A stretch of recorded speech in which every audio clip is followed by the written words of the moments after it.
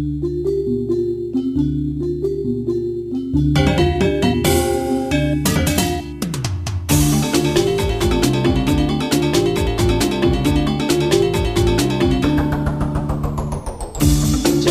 bayi ni, jaga hatu ini, mangga entek, stata ajak, mok sata, jaga kita, jaga Bali ni.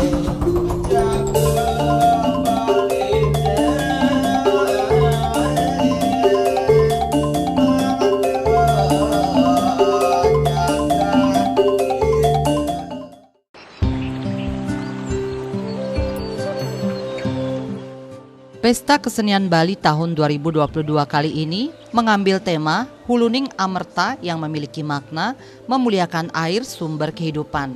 Berlangsung dari tanggal 12 Juni sampai 10 Juli 2022 menjadi salah satu agenda tahunan yang bertujuan untuk membangkitkan dan melestarikan seni dan budaya Bali. Pelaksanaan PKB tahun 2022 yang dibuka Menteri Dalam Negeri ini menjadi salah satu momen bangkitnya ekonomi Bali. Terlebih, pelaksanaan kali ini dilakukan secara terbuka dan untuk umum setelah sebelumnya dilakukan secara tertutup dan khusus karena adanya Corona COVID-19. Agenda tahunan ini menampilkan sejumlah kesenian modern maupun tradisional dari masing-masing kabupaten dan kota di seluruh Bali, senantiasa menjadi salah satu daya tarik bagi masyarakat Bali yang ingin melihat berbagai kesenian. Bahkan dalam pelaksanaan PKB ini juga mengikut sertakan peserta dari luar Bali bahkan luar negeri. Menurut hemat kami, Pesta Kesenian Bali ini adalah sebuah upaya untuk bagaimana tetap memperkenalkan Bali baik secara lokal maupun internasional. Dan seluruh kegiatan yang dilaksanakan dalam Pesta Kesenian Bali ini tentunya harus mengangkat semangat untuk bagaimana semua mata bisa tertuju untuk melihat setiap kegiatan dan apa yang ditampilkan di PKB tersebut. Jika sekarang targetnya adalah wisatawan juga memperhatikan bahwa kegiatan seni di Bali ini terus berkembang, kegiatan seni ini bisa ditampilkan sepenuhnya di Pesta Kesenian Bali ini, maka dari segi produk usaha juga seni-seni yang ditampilkan dalam bentuk produk dagang itu juga harus ditampilkan. Mungkin saja itu menjadi sebuah peluang untuk bagaimana wisatawan asing bisa melihat dan mengekspor barang tersebut. Maka dari itu semakin banyak produk seni yang bisa ditampilkan di PKB itu akan semakin bagus. Walaupun tidak terus-menerus setiap tahun bisa tampil, namun ketika sekali saja kesempatan itu bisa diterima oleh pengusaha dengan tampilan produk seninya masing-masing, maka itu bisa menjadi sebuah peluang untuk kita bisa menampilkan produk terbaik kita pada saat kesempatan itu diberikan pada pengusaha. Selain membangkitkan kesenian Bali, pelaksanaan Pesta Kesenian Bali ini juga menjadi media dalam membangkitkan usaha mikro kecil menengah UMKM Bali. UMKM perlu dibangkitkan di tengah lesunya ekonomi melalui berbagai kebijakan dan strategi guna mempercepat perbaikan ekonomi. Salah satu kebijakan yang diambil yakni dengan menyediakan stand atau tempat bagi para pelaku usaha untuk mempromosikan produknya. Beberapa produk dipamerkan dan dijual dalam helatan tahun ini, mulai dari olahan makanan hingga pakaian yang memiliki ciri khas dari masing-masing daerah di Bali. Wabah corona menjadikan banyak usaha masyarakat Bali baik di sektor pariwisata maupun yang lainnya mati suri. Karena bagaimanapun kekuatan ekonomi sebuah negara dipengaruhi oleh kesejahteraan masyarakatnya. Namun dalam perjalanan keberadaan stand ini dalam peruntukannya kadangkala tidak tepat sasaran. Justru kadangkala yang mendapatkan stand hanya orang-orang tertentu dari kalangan tertentu sehingga menimbulkan ketimpangan antar pelaku UMKM. Hal ini kadangkala menjadi persoalan di setiap helatan pelaksanaan PKB. Pemerintah diharapkan lebih cermat dalam memberikan peluang bagi para pelaku UMKM dalam mempromosikan usaha melalui pameran ini sehingga tepat sasaran sesuai tujuan semua. Bahwa stand di PKB itu digratiskan oleh Gubernur Bali dan itu merupakan sebuah nafas yang terbaru yang kita rasakan atas kebijakan Gubernur Bali yang harus kita apresiasi. Namun yang mengisi stand di PKB itu memang terkesan orangnya itu-itu saja. Itu sudah bukan merupakan sebuah cerita baru, dan dari kalangan pengusaha sendiri banyak yang mengeluhkan kondisi itu. Kami sih berharap sebagai seorang pelaku usaha dapat memberikan keleluasaan lebih luas lagi, peluang-peluang bagi UMKM dan IKM baru untuk ikut masuk dalam upaya untuk mengenalkan produknya di PKB. Mohon dapat diberikan jalan untuk seleksi secara adil, bahwa setiap usaha dari seluruh wilayah di Provinsi Bali ini tentunya sangat ingin berada di PKB untuk memperkenalkan produknya. Jika dari tahun ke tahun usaha itu saja atau produk itu saja, itu bisa menjadi kelemahan tersendiri bagi PKB, bahwa produknya sama setiap tahunnya. Itu juga akan membuat menjadi perhatian para pengunjung menjadi kurang tertarik.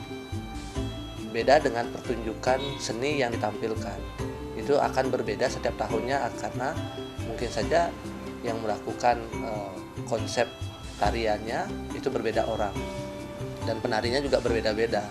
Tapi kalau usaha produknya itu saja, maka kejenuhan pasar akan terjadi, dan hal itu tentu tidak akan baik bagi kesan program PKB yang sudah baik ini, yang juga sudah dilakukan terobosan oleh pemerintah Provinsi Bali menggratiskan stand. Maka berikanlah kesempatan pada UMKM dan IKM lainnya untuk mengisi stand-stand yang ada di PKB Provinsi Bali yang ke-44 ini. Untuk keterlibatan UMKM dan IKM di masa kegiatan PKB ke-44 Provinsi Bali saat ini tentu sangat disambut baik sebagai sebuah bentuk perkenalan dari setiap produk yang ada, baik dari masing-masing wilayah di seluruh Provinsi Bali hadir di PKB saat ini dengan menampilkan produk terbaiknya. Itu akan menjadi sebuah ajang untuk bagaimana produk tersebut dapat dikenal oleh masyarakat, dapat dilihat langsung, dapat menawarkan langsung, sehingga sebuah proses beli antara penawaran dan permintaan terjadi di PKB tersebut. Pada akhirnya itu akan bisa menjadi sebuah warna baru, akan menjadi sebuah nafas baru bagi para pelaku UMKM dan IKM, bahwa produk mereka tetap bisa diterima oleh masyarakat.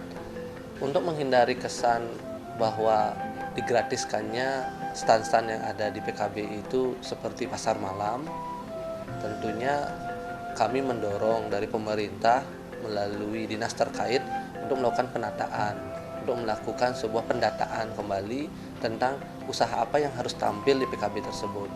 Memang semua memiliki kesempatan, siapa cepat mungkin dia dapat seperti itu.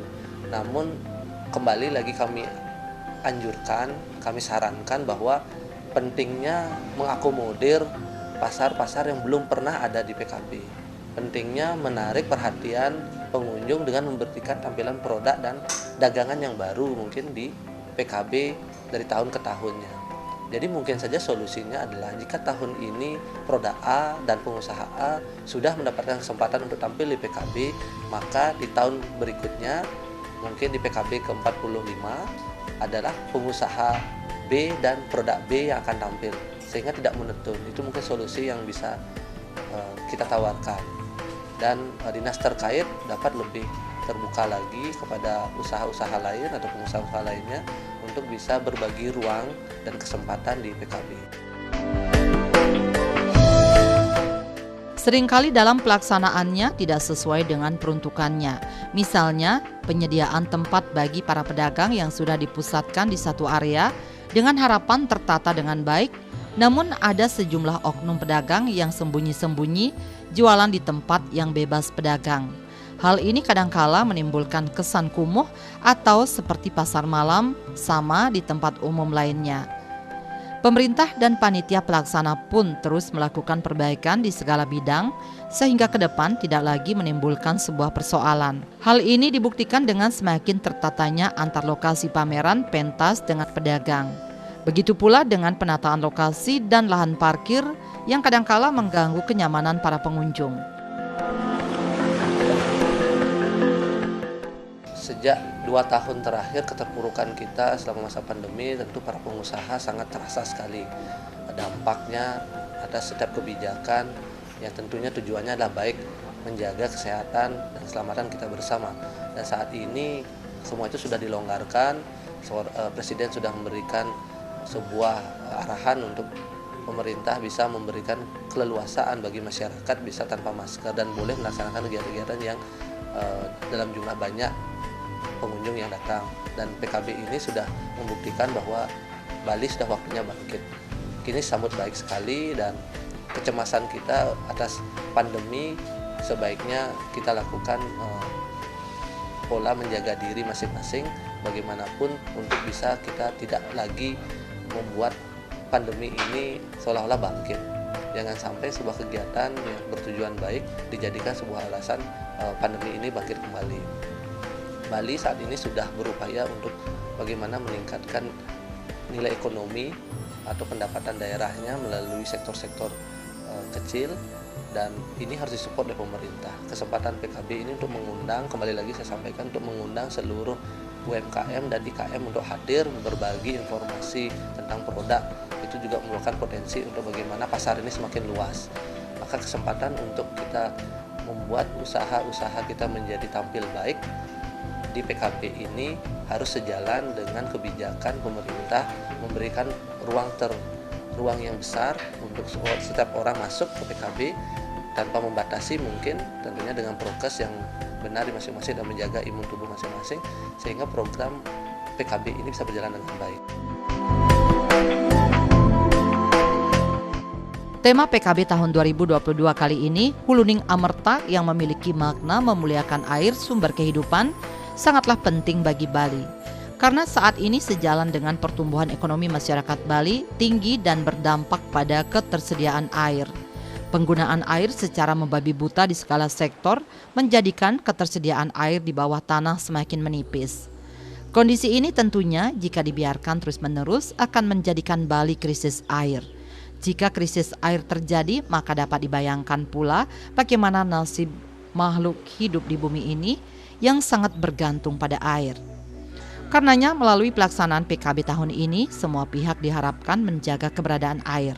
Hal ini juga tidak lepas dari alih fungsi lahan, seperti pengurangan tempat penyimpanan air, seperti hutan dijadikan kawasan wisata maupun perumahan.